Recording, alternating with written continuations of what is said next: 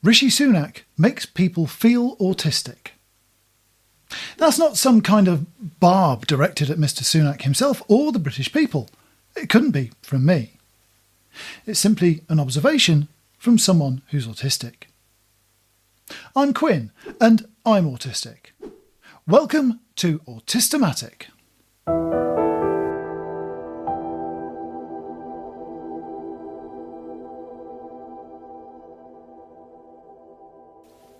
This isn't a political video, even though I'll be using politics to illustrate something very important to autistic people.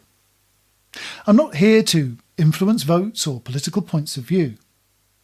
It just so happens that over the last few days, something happened within the political arena, a specific incident which presents me with a golden opportunity to get something really difficult across. It's a story that conveys a particular point so well, I can't afford to let it go. I'm putting this together super quick because of that, so I apologise if this particular video is a bit rough and ready, so to speak.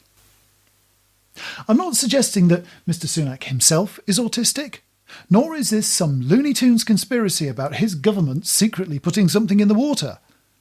I do, however, think that how you feel about him and what happened might help you understand people like me, autistic people, a little better.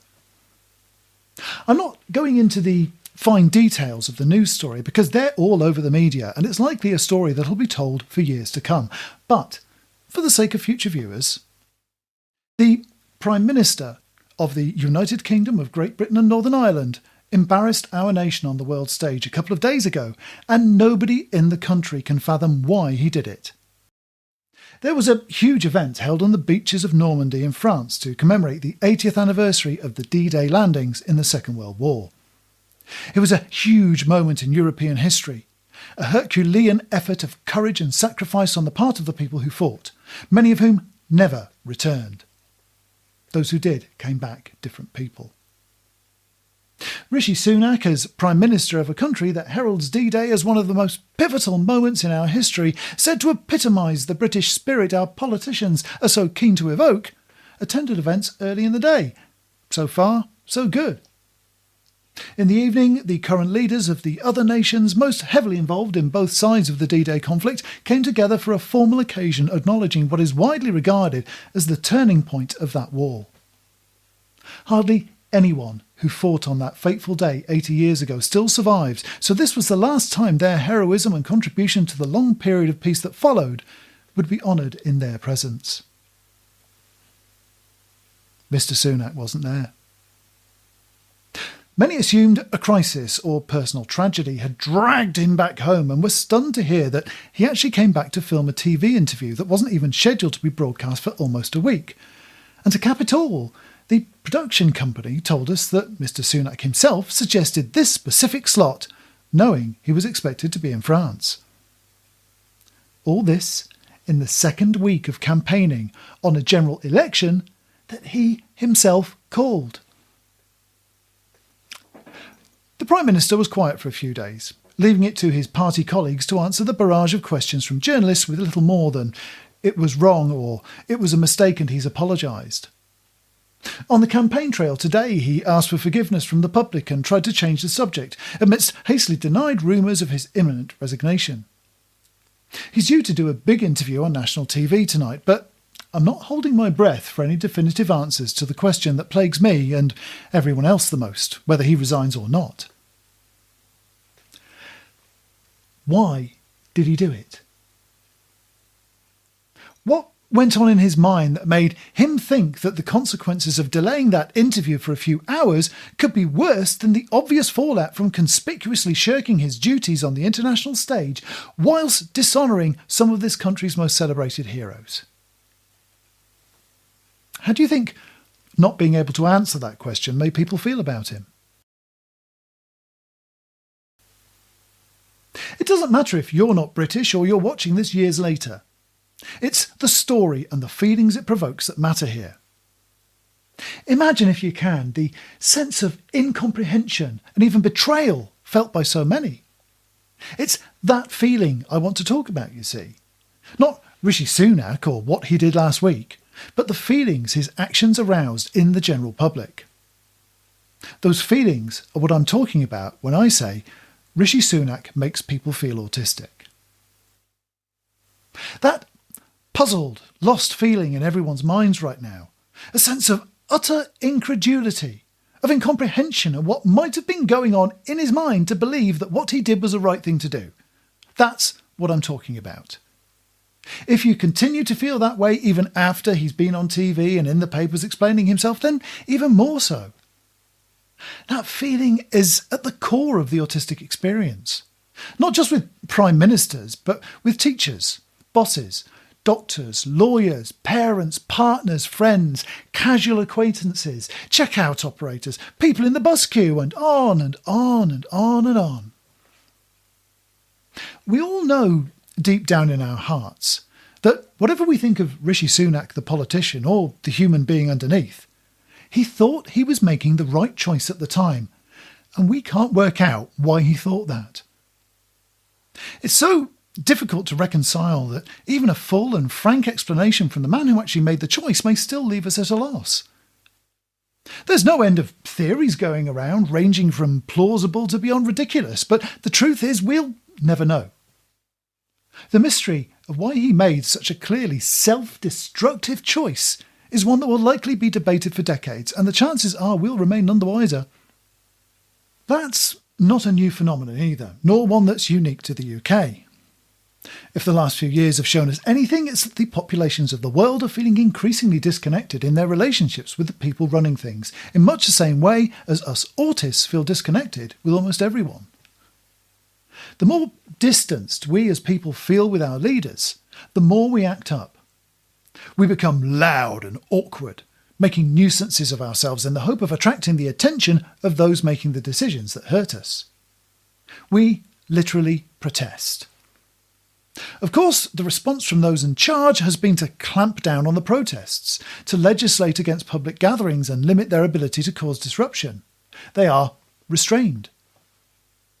Of course, the ultimate expression of this frustration for someone who's autistic is a meltdown.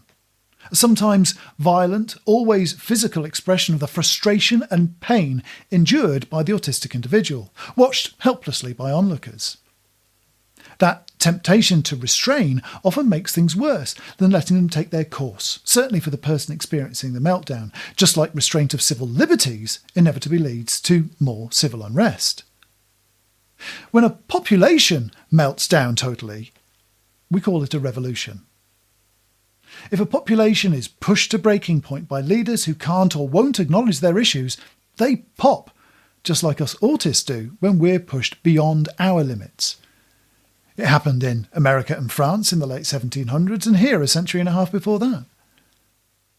When the rulers of our nations disconnect from the people so completely that none of us can make sense of their decisions, they give everyone a taste of the everyday frustration of being autistic. At the moment, we're seeing obvious signs of discontent. Protests in the streets and controversial populist politicians gaining votes, even office in some cases. Across the globe, there's talk of unrest by both those who relish it and those who are afraid. A palpable sense of unease we thought behind us only a few short years ago. Everyone is getting a taste of autistic alienation, and nobody likes it. Not the whole autistic experience, of course. This is just one little bit. An autistic amuse-bouche, if you like.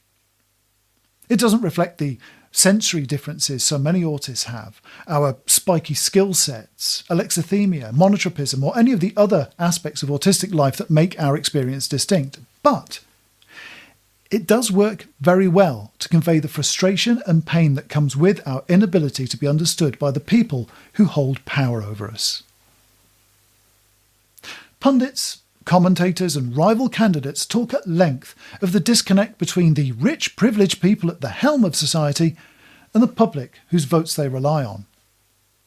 Nobody is in doubt that multimillionaires who attended private schools and the best universities, who live in almost total safety without ever wanting for anything material, have a different view of the world to those of us who struggle to pay our rent or mortgage and feed ourselves week to week.